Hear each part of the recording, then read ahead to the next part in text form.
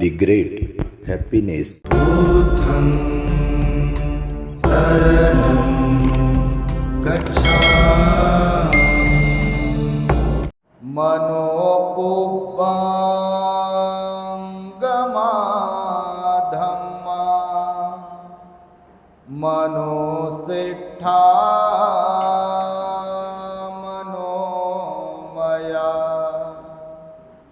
मनसाचे पदुठेन भासते वा करोति वा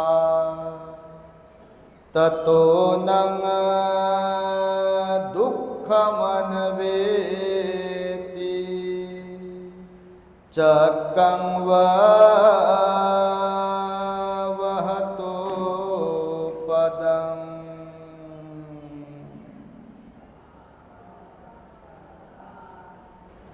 संपूर्ण विश्वाला ज्यांनी सुख शांती मानवता तथा दुःख मुक्तीचा आर्य संदेश दिला असे ते दुःख मुक्तीचे मार्गदाता दुःख मुक्त महामानव महान कारुणिक तथागत भगवान सम्यक संबुद्ध तथागतांनी आपल्या शुद्ध प्रज्ञेतून निर्मिलेला सद्धम्म आणि त्याच सद्धम्माचा गेली 2500 वर्षांपासून सातत्याने अहोरात्र प्रचार आणि प्रसार करणारा पूजनीय भिक्खू संघ या महान आणि सर्वश्रेष्ठ अशा त्रिरत्नांना प्रथमतः त्रिवार अभिवादन करतो.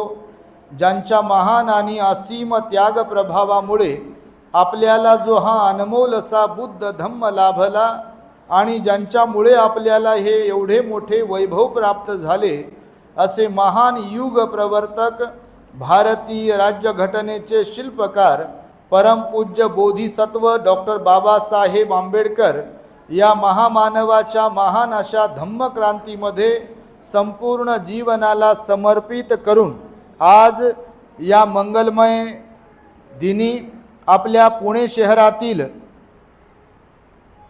श्रद्धावान धम्म उपासिका आणि धम्म उपासक सुमित्रा रुपेश कांबळे यांची सुपुत्री अभिरा या बालिकेच्या जन्मदिनाचे औचित्य साधून कांबळे आणि इंगळे परिवाराने आम्हाला इथे निमंत्रित केलेले आहे.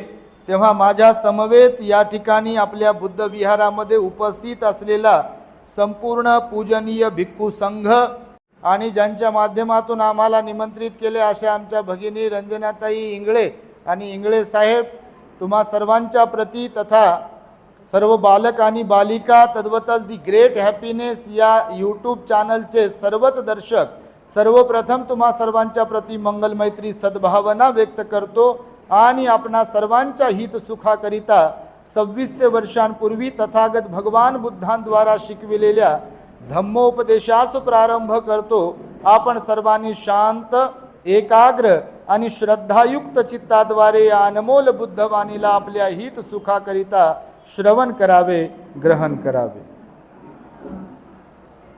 खरं तर वेळ भरपूर झाली आहे, आम्हाला परत जायचं आहे आणि पावसाचे दिवस आहेत.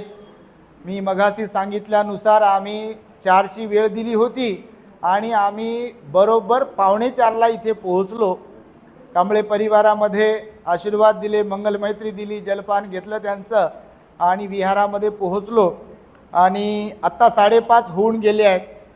तर तुमचा सर्वांचा आग्रह तर आहेच, निश्चितच तुम्ही धम्मदेशना श्रवण करण्यासाठी आलेला आहात आणि अभिराचंही पुण्य आहे की तिला एवढा मोठा भिक्खू संघ लाभला आणि तिच्या जन्मदिनाचे औचित्य साधून भंतेजींची धम्मदेशना आयोजित केली आहे आणि त्यामुळे सुमित्रा, रुपेश आणि इंगळे आणि कांबळे परिवारांसाठी आणि अभिरासाठी आशीर्वाद म्हणून आपण टाळ्यांच्या गजरांमध्ये या सर्वांचे स्वागत करावे. बघा, भगवान बुद्धांनी 2600 वर्षांपूर्वी या मानवी जीवनाला सुखकर आणि यशस्वी बनविण्यासाठी अनेक प्रकारचे उपदेश दिलेले आहेत आणि ते उपदेश त्या काळातील सर्वच लोकांना जसे लागू होते तसे आत्ताच्याही लोकांना जशास तसे लागू आहेत. आज आपण पाहतोय, नेहमी सगळीकडे पाहत असताना लोकांकडे आता पैसा येत आहे, म्हणजे गरिबीचा जो काळ आहे तो काळ आता म्हणजे जणू काही संपलेला आहे. काही अर्थी आपण काही अंशी जर पाहिलं तर लोकांकडे श्रीमंती आली आहे. म्हणजे गावामध्ये कुडाच्या घरात राहणारी माणसं आज चांगल्या बंगलोमध्ये, चांगल्या फ्लॅटमध्ये, शहरात आली आहे. हे परिवर्तनच आहे ना, नाही का? निश्चितच परिवर्तन आहे. परंतु दुसरा भाग जर या गोष्टीचा पाहिला, म्हणजे भौतिकदृष्ट्या जरी लोक श्रीमंत होत असली आणि श्रीमंती त्यांच्या वाट्याला येत असली, तरी सुद्धा मात्र मानसिकदृष्ट्या जर लोकांकडे आपण पाहिलं म्हणजे काय बाप्पा, तुमचा तर प्रत्येकाचा अनुभव आहे. घराघरामध्ये जी रिलेशनशिप असायला पाहिजे, जे प्रेमाचे नाते असायला पाहिजे, जी आपुलकी असायला पाहिजे, जो जिव्हाळा असायला पाहिजे, एकमेकांच्या प्रती जे कृतज्ञतेचा भाव असायला पाहिजे, माता पित्यांना मुलांकडून मिळणारं जे प्रेम पाहिजे आहे, भावाभावामध्ये असायला पाहिजे ते जे प्रेम असायला पाहिजे आहे, ते मात्र कमी कमी होत चाललेलं आहे. हे आजचं सत्य आहे बघा. पैशाला किंमत आली आहे आणि माणुसकी माणसं हरवत चाललेली आहेत बघा. खरं की खोटं? बिलकुल खरंच आहे. हे खोटं म्हणण्याचा विषयच नाही आहे. अपवाद वगळता, कारण जो तो पैशांच्या मागे धावतो आहे. मी श्रीमंत कसा होईल, त्यांच्यापेक्षा चांगलं माझं घर कसं होईल, त्यांच्यापेक्षा भारी गाडी माझ्याकडे कशी येईल आणि त्यांच्यापेक्षा माझी पोरं कशी चांगली सरस होतील, ह्या सगळ्या गोष्टींमध्ये मनुष्य स्वतःमध्ये एवढा गुंग झालेला आहे की जणू काही तो सत्यापासून कोसो दूर चाललेला आहे. जे सत्य भगवान बुद्धांनी 2600 वर्षांपूर्वी सांगितलं. काय सत्य सांगितलं भगवंताने? भगवान बुद्ध म्हणाले की इथे प्रत्येकाला आल्यानंतर जे काही प्राप्त केलंय मनुष्याने, ते त्याच्याकडे परमनंट राहणारं नाही आहे. ज्याला मी आणि माझं म्हटल्या जाते किंवा लोक म्हणतात की हे माझं आहे, मी आहे वगैरे वगैरे, हकीकतमध्ये कायमस्वरूपी ते माझं आणि आपलं राहत नाही.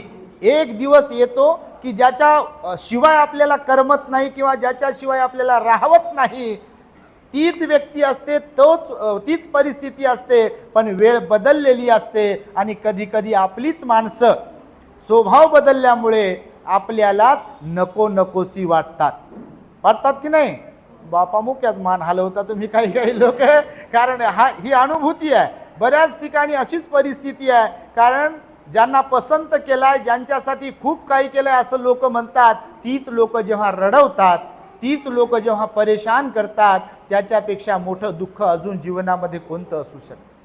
आणि जरी त्यावेळेला अशा परिस्थितीमध्ये आपल्याकडे पैसा असेल, तर तो पैसा कामाचा आहे का? मग काही कामाचा नाही आहे. आणि त्यामुळे भगवान बुद्ध म्हणाले, प्राप्त झालेलं जे आयुष्य आहे, ते आयुष्य आपल्याला सुखाचं बनवता आलं पाहिजे. आणि सुखाचं आयुष्य बनविण्यासाठी काय करायला पाहिजे म्हणाले भगवान? कुशल कर्म करायला पाहिजे, पुण्य कर्म करायला पाहिजे, दान, शील आणि समाधीचा अभ्यास केला पाहिजे म्हणाले. जीवन वाया नाही घालवलं पाहिजे. आणि बहुसंख्य लोक या जगतातले जीवन वाया घालवतात.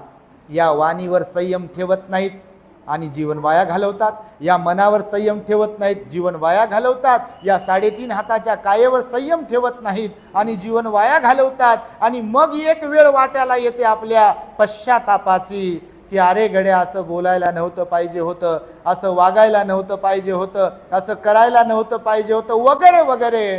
पण वेळ कोणासाठी थांबत नाही. तो राजा असो, रंक असो, राव असो, शिकलेला असो, अशिक्षित असो, शहरातला असो की गरीब असो, कोणत्याही जाती धर्माचा व्यक्ती असो, वेळ कोणासाठी थांबत नाही. कधी कुणाच्या वाट्याला मृत्यू येईल, कधी कुणाच्या वाट्याला कोणतं संकट येईल आणि कधी कुणाच्या वाट्याला कोणती परेशानी येईल, हे जरी त्याला काय अनिश्चित असले, तरी मात्र निश्चित हे आहे की प्रत्येकाच्या वाट्याला कोणतं ना कोणतं दुःख आहे. आताच तुमच्या पुण्याजवळच बघा, मला वाटतं त्या लोणावळ्याजवळ काहीतरी पेपरला बातमी आली होती, व्हिडिओ व्हायरल होत आहे सोशल मीडियावर, की कोणता डॅम तो भुशी, काय कोणता डॅम आहे ते, त्या डॅम मध्ये बघा काही लोक, एक कुटुंब वाहून गेलं बघा. गेलं की नाही? आता ते कुटुंब कशासाठी गेलं असेल तिथे? एन्जॉय करण्यासाठी, बरोबर की नाही? आनंद उपभोगण्यासाठीच गेला ना. पण त्यांना माहिती होतं काय की या आनंदाच्या, म्हणजे ज्या आनंदाला आपण अनुभवायला चाललो आहे, त्याच दिवशी आपलं पूर्ण कुटुंब संपणार आहे. ह्याचं त्यांना काही असं पुसटची तरी कल्पना आली असेल काय? म्हणून भगवान बुद्ध म्हणाले, कोणतं दुःख कधी कुठे कुणाच्या वाट्याला कशा प्रकारचं येईल हे सांगता येत नाही आहे. आणि त्यामुळे वर्तमान आयुष्य जे आहे आपल्याला ते व्यवस्थितपणे घालविण्यासाठी शील सदाचाराचं जीवन खूप महत्त्वाचं आहे. आणि विशेषत्वाने मुलांच्या बाबतीत मी नेहमीच सांगतो, प्रवचनांमध्ये रिपीट जरी होत असेल तरी, खूप मोठी संपत्ती कमविण्यापेक्षा योग्य उत्तम संतती कमवता आली पाहिजे. आणि आज घडीला जर तुमचा आता अनुभवच आहे, आम्ही पण पाहतोय सगळ्या गावखेड्यात शहरात आणि सगळीकडे फिरत असताना खरंच लोकांकडे श्रीमंती खूप जास्त आली आहे. श्रीमंतीनं माणसं मोठी मोठी होत चालली आहे. पण संततीच्या बाबतीत जर विचार केला तर माणसं फार छोटी छोटी होत चाललेली आहे. इथे कोणी कोणाला ओळखायला तयार नाही. वृद्धाश्रमामध्ये ॲडमिशन मिळत नाही आहे, एवढी गर्दी आहे. तुम्ही कधी जात नसाल, आम्ही जातो, कारण आम्ही आई वडील सोडले आहे. म्हणून त्या वृद्धाश्रमात जे आई वडील असतात किंवा अनाथ आश्रमांमध्ये जी मुलं असतात, आता परवालाच बघा, तुम्ही बघितलं असेल तर स्टेटसला वगैरे, त्या अंधविद्यालयामध्ये आम्ही गेलो होतो मुलांना देण्यासाठी. आमचे खाडे परिवार आहे, त्यांच्या मुलाचा जन्मदिवस आहे, त्यांच्या जन्मदिनाचं औचित्य साधून आम्ही ते मुलांना भोजनदान देण्यासाठी गेलो. अगदी लहान लहान मुलांपासून मोठ्या मुलांपर्यंत तिथं मुलं होते, पूर्ण ब्लाइंड होते, पूर्ण अंध, जन्मांध होते ते. मी पाहिलं त्यांच्याकडे आणि विचार केला, मी स्टेटसला पण ठेवलं होतं, कल्पना करावी की ज्यांना डोळे असून असं वाटते की माझ्या एवढं दुःख कुणालाच नाही. मी लिहिलं स्टेटसवरती की कल्पना करून पहा की जर आपण अंध असतो तर, कल्पना करून पहा की आपण पालामध्ये राहत असतो तर, कल्पना करून पहा की आपल्याला आई नसती, भाऊ नसता, आपल्याला पती पत्नी नसते, किंवा हे जे वैभव प्राप्त झालंय, श्रीमंती प्राप्त झाली आहे, समजा कल्पना तर करून पाहावी की हे सगळं काही आपल्या वाट्याला नसतं तर काय झालं असतं, किंवा आपण अपंग असतो, मूक बधीर असतो तर काय झालं असतं. भगवान बुद्ध म्हणाले, आपल्यापेक्षा दुःखी लोकांकडे आपण पाहत राहिलो पाहिजे कधी कधी. पण मनुष्याचा स्वभाव असा आहे की समोरच्याने एक मजला चढवलाय घरावर तर माझा दुसरा कसा होणार नाही, बरोबर का नाही? कुणाचं काही पाहिलं म्हणजे प्रगती झालेली की नाक मुरडणं चालते त्याच्यामध्ये. तुम्ही नाही तसे बापा, तुमच्यासारखं तर कोणीच नाही आहे, पण असे भरपूर लोक आहेत. तर म्हणून भगवान बुद्ध म्हणाले की माझंच दुःख फार जास्त आहे आणि मीच दुःखी आहे, असं न मानता आपल्यापेक्षा जास्त जे दुःखी आहे त्यांचा कधीतरी विचार करावा. मी हे उदाहरण तुम्हाला वृद्धाश्रमाचं यासाठी सांगितलं, तुमचं थोडं तरी पुण्य असेल की तुम्ही मुलांबरोबर आहात, ज्यांचं वय जास्त झालं आहे ते. तुम्ही विचार तर करून पहा. त्या दिवशी मी गेलो, त्या आई म्हणे, भंतेजी, तर ते आपले कमी असतात, इतर जास्त असतात, तर ते म्हणे, आई भंतेजी, माझा मुलगा एक आहे म्हणे ऑस्ट्रेलियाला, दुसरा मुलगा आहे म्हणे कॅनडाला, आणि मुलगी पण कुठंतरी इंग्लंडला आहे, आणि हे कुठे आहे?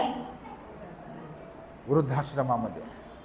कुठे काय चुकते गणित हे समजलं पाहिजे. भगवान बुद्ध म्हणाले, आपलं कुठे काय गणित चुकते, आपण याच्यामध्ये नाही गेलो पाहिजे, प्रवाहामध्ये वाहत नाही गेलो पाहिजे. भगवान म्हणाले, बरेच लोक जीवनामध्ये प्रवाहात वाहत जातात, जीवनाचा अर्थ समजत नाही, धार्मिकता समजत नाही, धार्मिकतेला महत्त्व देत नाहीत, मुलांना चांगले संस्कार द्यावं याचं महत्त्व वाटत नाही त्यांना वाटते पोरांना गाडी घेऊन दिली, कपडे घेऊन दिले, चांगल्या स्कूलमध्ये ॲडमिशन करून दिलं, चांगले क्लासेस जॉईन करून दिले की झालं, आपलं कर्तव्य संपलं, मुलं मोठी होतील आणि आपल्याला जगवतील. काय जगवतील? त्या वृद्धाश्रमातल्या आईला पण तर तेच वाटलं असेल की नाही?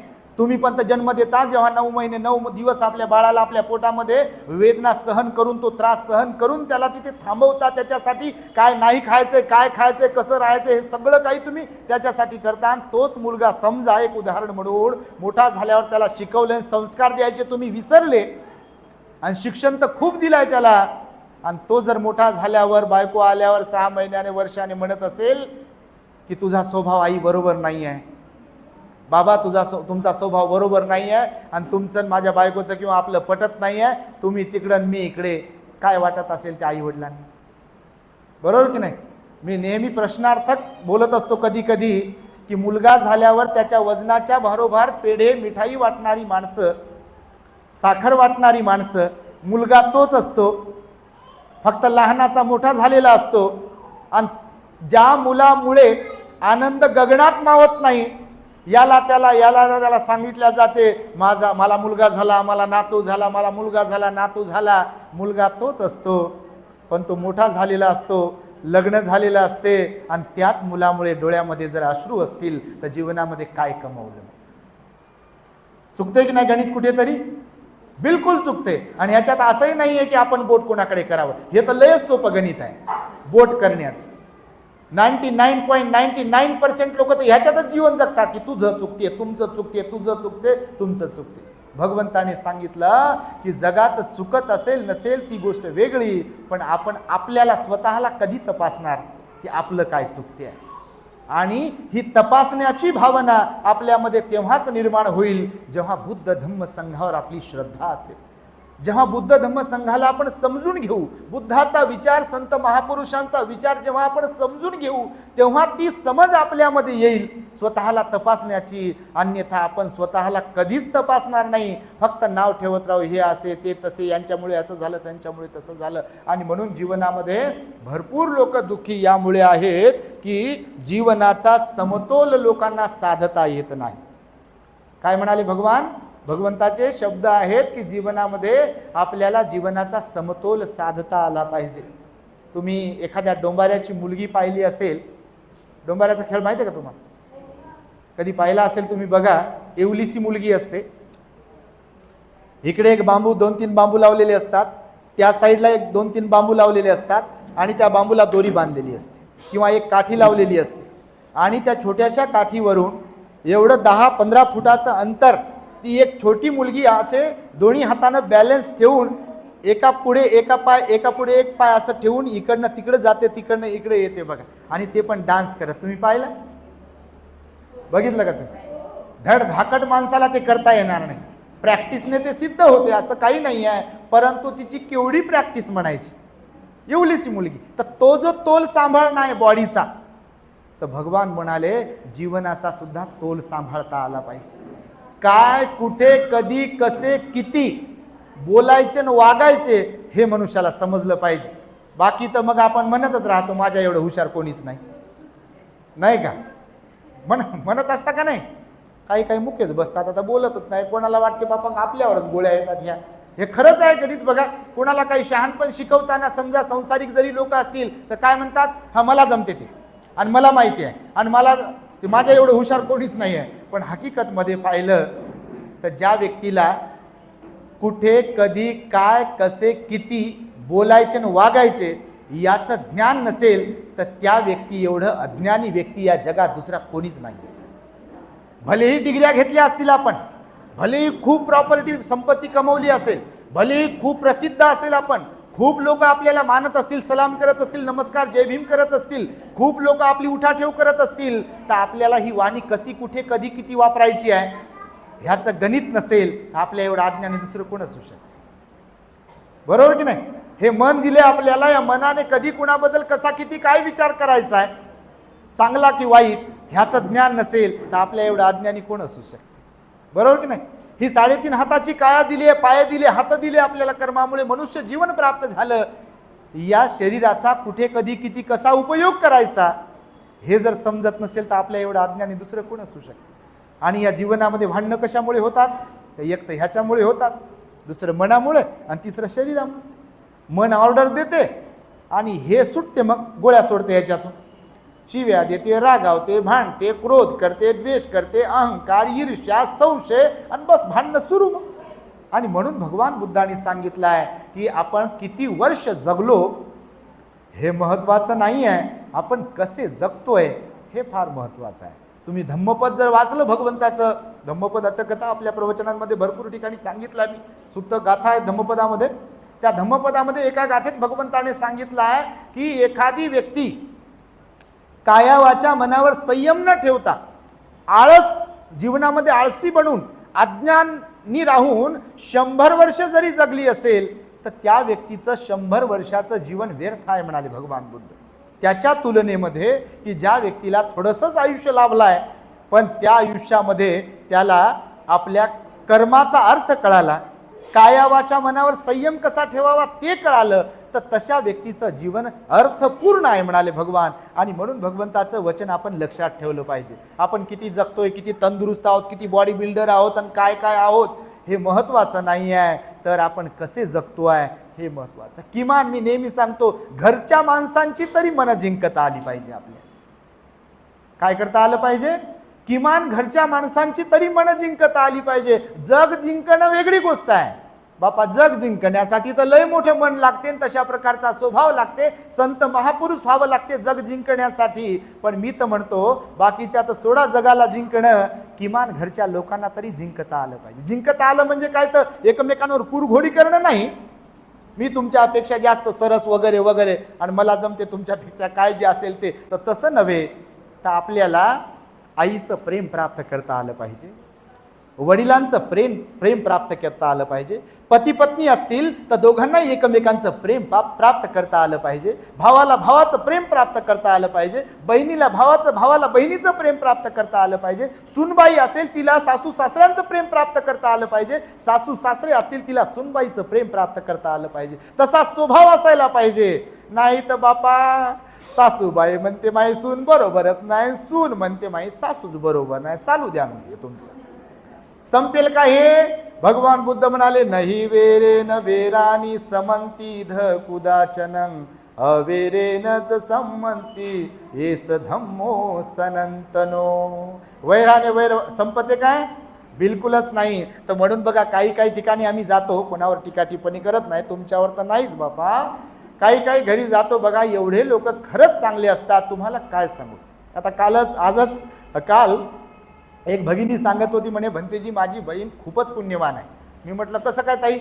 तर ती बहीण माझी लग्न झालाय आणि तिची सासू तिचं आईसोबत तरी एवढं जमत नाही म्हणे, त्याच्यापेक्षा जास्त जणू काही आई तिची सासूच आई आहे म्हणे, एवढं जमते म्हणे. तिच्या सासूलाही तिच्याशिवाय होत नाही म्हणे, तिलाही सासूशिवाय होत नाही. माहेरला आल्यावर पण म्हणते माझ्या सासूसारखी कोणीच नाही आहे म्हणून. म्हणजे खरंच रिअलमध्ये सांगतो तुम्हाला, ही म्हणजे काही ठिकाणी असं खरंच आहे. भगवंताने ते विशाखाला उपदेश केला त्या काळामध्ये की तुला माणसं जिंकता आली पाहिजे. तू नांदायला चालली आहे तिकडे तर आई वडील बहीण भाऊ नाही आहे तुझा, परंतु जर तुला बहीण भावाचं आई वडिलाचं प्रेम पाहिजे आहे तर तुला त्यांच्याशी तसा व्यवहार करावा लागेल. जसं तू आईला जीव लावते तसं सासूला जीव लावावा लागेल. आणि सासूला सांगितलं भगवंताने, तुला लेकीचं प्रेम पाहिजे तर लेक तर तिकडं आहे, तिच्याकडून अपेक्षा नको करू बापा. इथं जी लेक दुसऱ्याची आली तिला लेक बनव. नाही तर माया लेकीसोबत तिच्या नवऱ्यानं चांगलं वागावं, तिच्या सासू सासऱ्यानं चांगलं वागावं, तिच्याबरोबर माया लेकीसोबत. अशा काही आया म्हणता आमच्या, तुम्ही नाही अशा. मी विचार करतो बापा, दुसऱ्याची लेक तुमच्याकडे येते तेव्हा तिला सून म्हणून वागवता, तिला समजा त्रास देत असाल तर मग आपल्या लेकीला तिच्या सासू सासऱ्यांनी चांगलं वागवावं ही अपेक्षा तुम्ही करूच कशी शकता.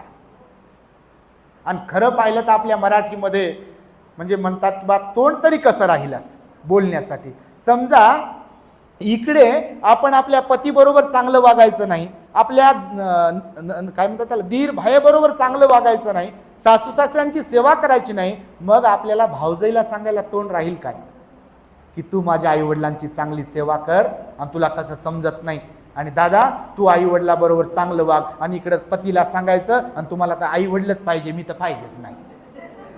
मी म्हणतो बापा कोणत्या शाळेत शिकले असतील हे लोक? तुम्ही विचार तर करून पहा थोडासा. खरंच बघा ना तुम्ही, गणित सोपंच आहे हे, फार अवघड नाही आहे गणित.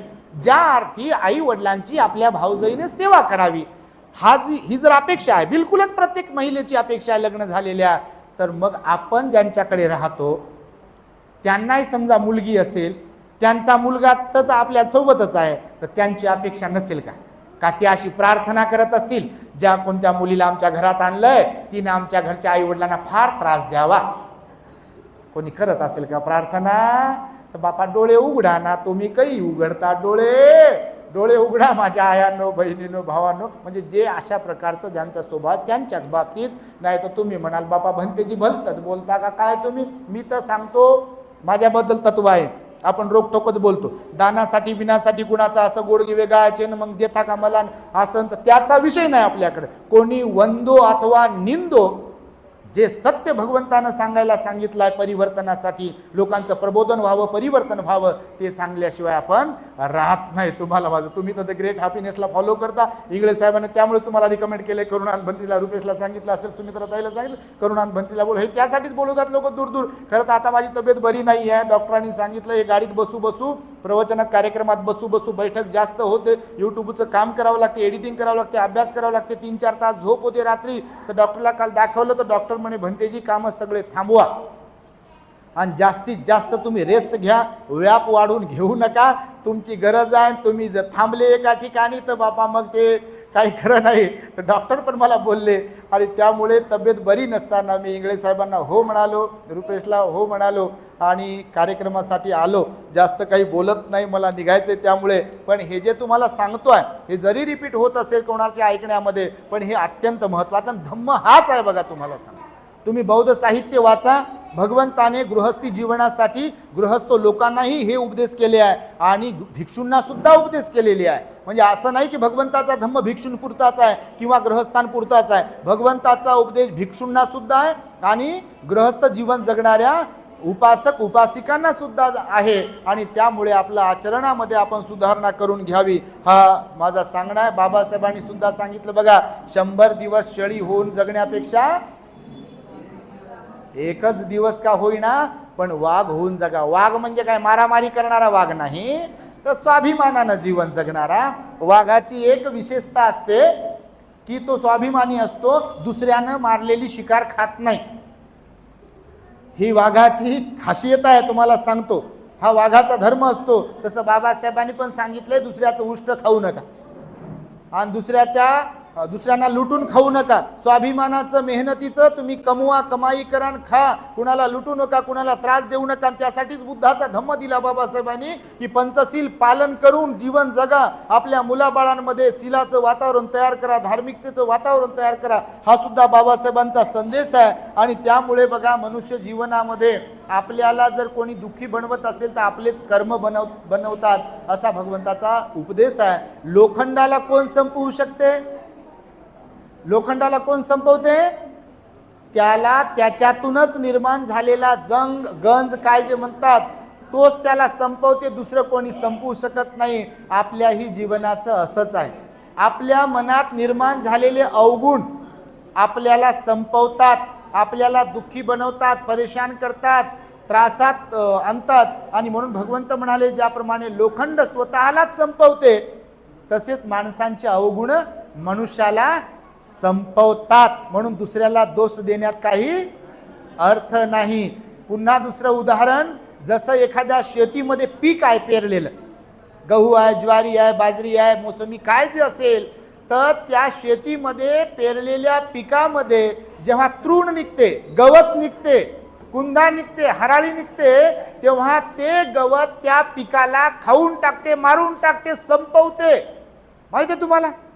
शेतकरी असाल तुम्ही तर, म्हणून तर निंदन करावं लागते, म्हणून तर खुरपण करावं लागते, म्हणून तर ते गवत वगैरे काढावं लागते शेतातलं.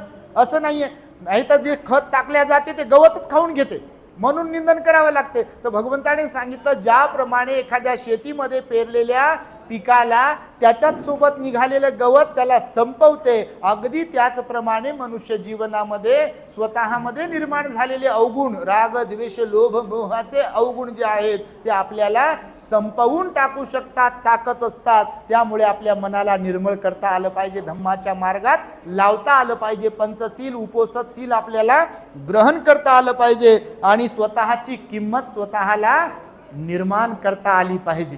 आपली किंमत कोण करते तयार? आपली किंमत कोण तयार करू शकते? ठरवू तर आपणच. हो, मी आता सांगितल्याप्रमाणे मेरे जैसा कोई नाही. पण आपली किंमत लोकांमध्ये कोण तयार करू शकते?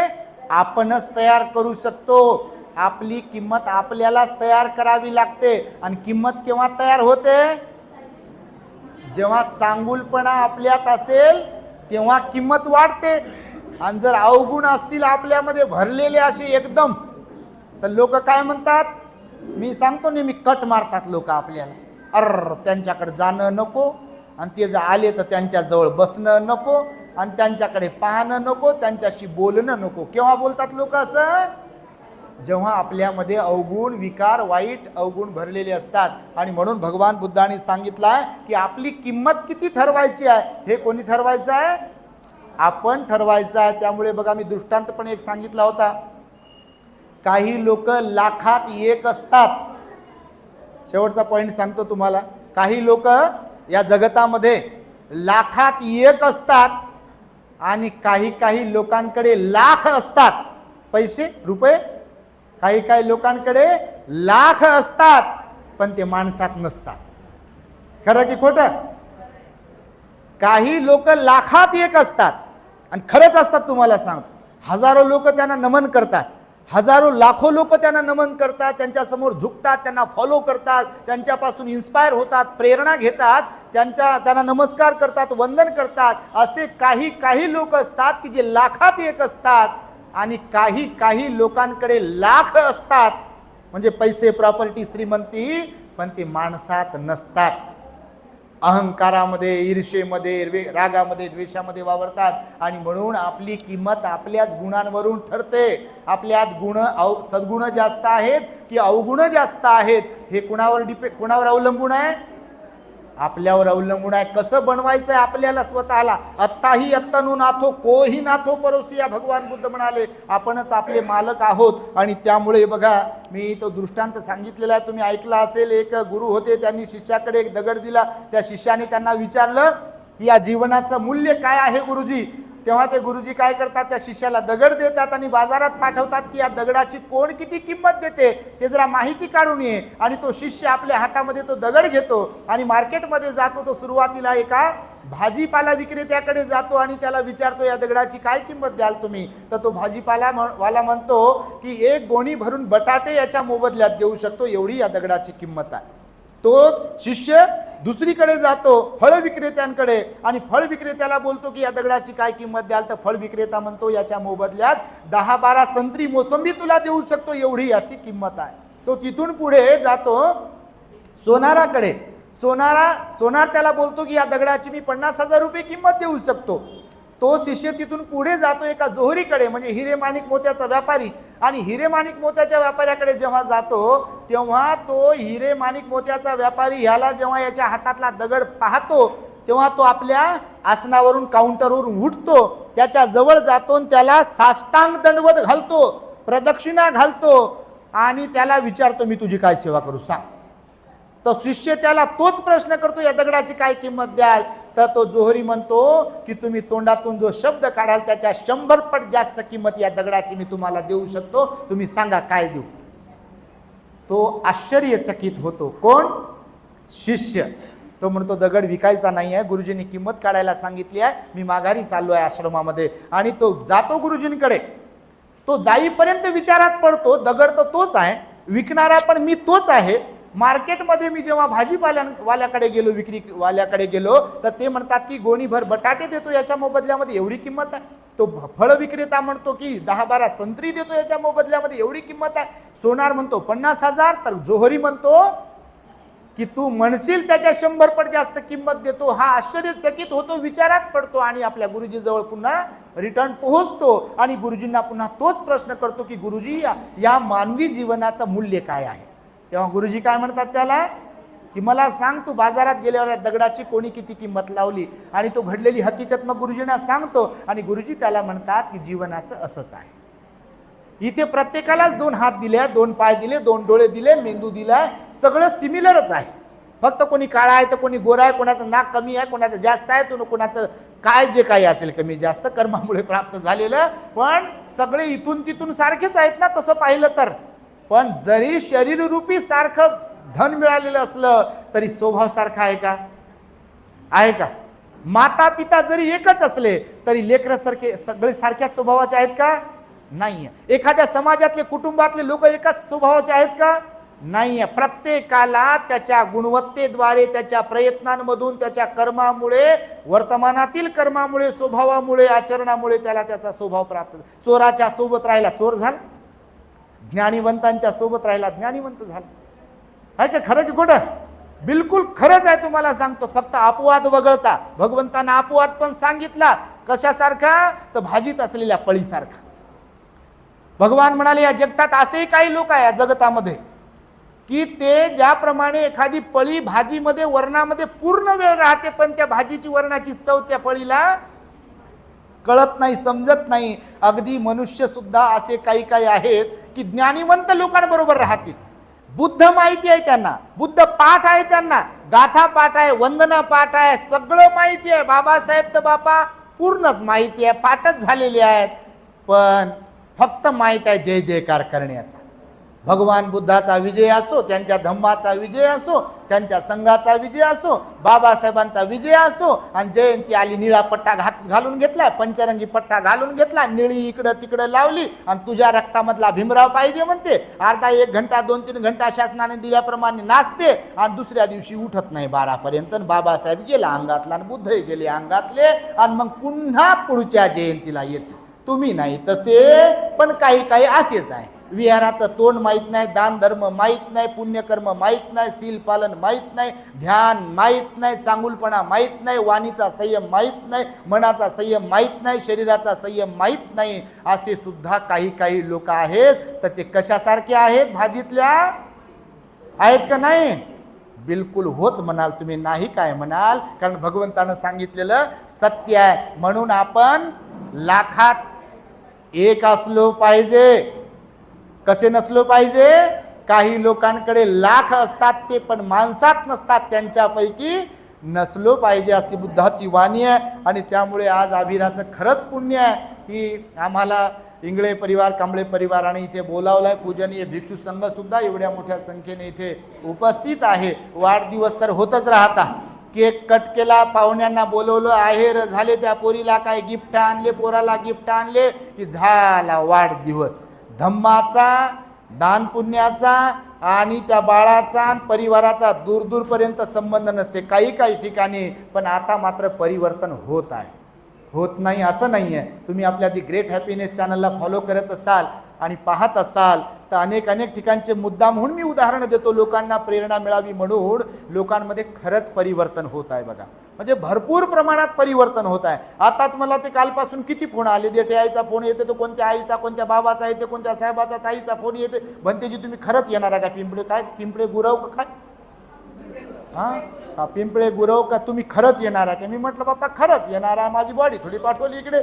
तर लोकांचा बघा पाऊस आहे तरी सुद्धा एवढी गर्दी, तुम्ही एवढ्या लांबून आलात, पावसात आलात, निश्चितपणे तुमच्यामध्ये श्रद्धा आहे आणि ही श्रद्धा वृद्धिंगत होत राहावी. आणि या श्रद्धेच्या योगे भगवान बुद्धांनी सांगितलेल्या, बाबासाहेब आंबेडकरांनी दिलेल्या बुद्ध धम्माचं आपण काटेकोरपणे आचरण करू शकलो पाहिजे, सील पालन करू शकलो पाहिजे, दानपुण्य करू शकलो पाहिजे, ध्यान करून या जीवनाचं सार्थक करू शकलो पाहिजे जाण्याच्या अगोदर. आणि त्यालाच खरं जीवन म्हणतात. आणि त्यामुळे जीवनाचा समतोल कसा साधावा या संदर्भामध्ये मी तुम्हाला थोडक्यामध्ये हा उपदेश केला. पुनश्च एकदा अभिरा बाळासाठी, तिच्या निरोगी उदंड आयुष्यासाठी मी मनपूर्वक शुभेच्छा देतो, तिला आशीर्वाद मंगलमयती प्रदान करतो आणि माझ्या शब्दांना इथे मी पूर्ण विराम देतो.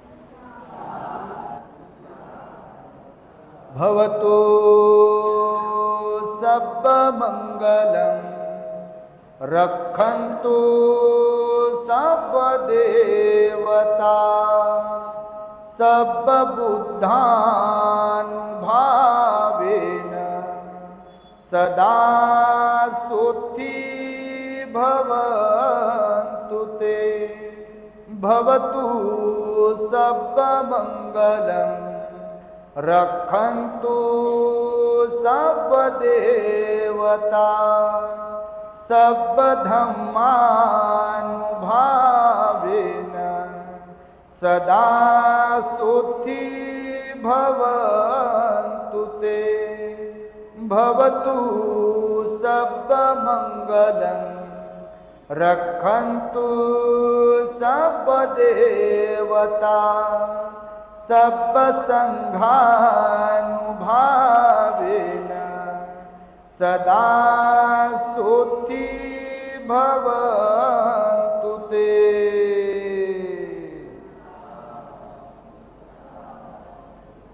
बुद्धं नमामि, धम्मं नमामि, संघं नमामि.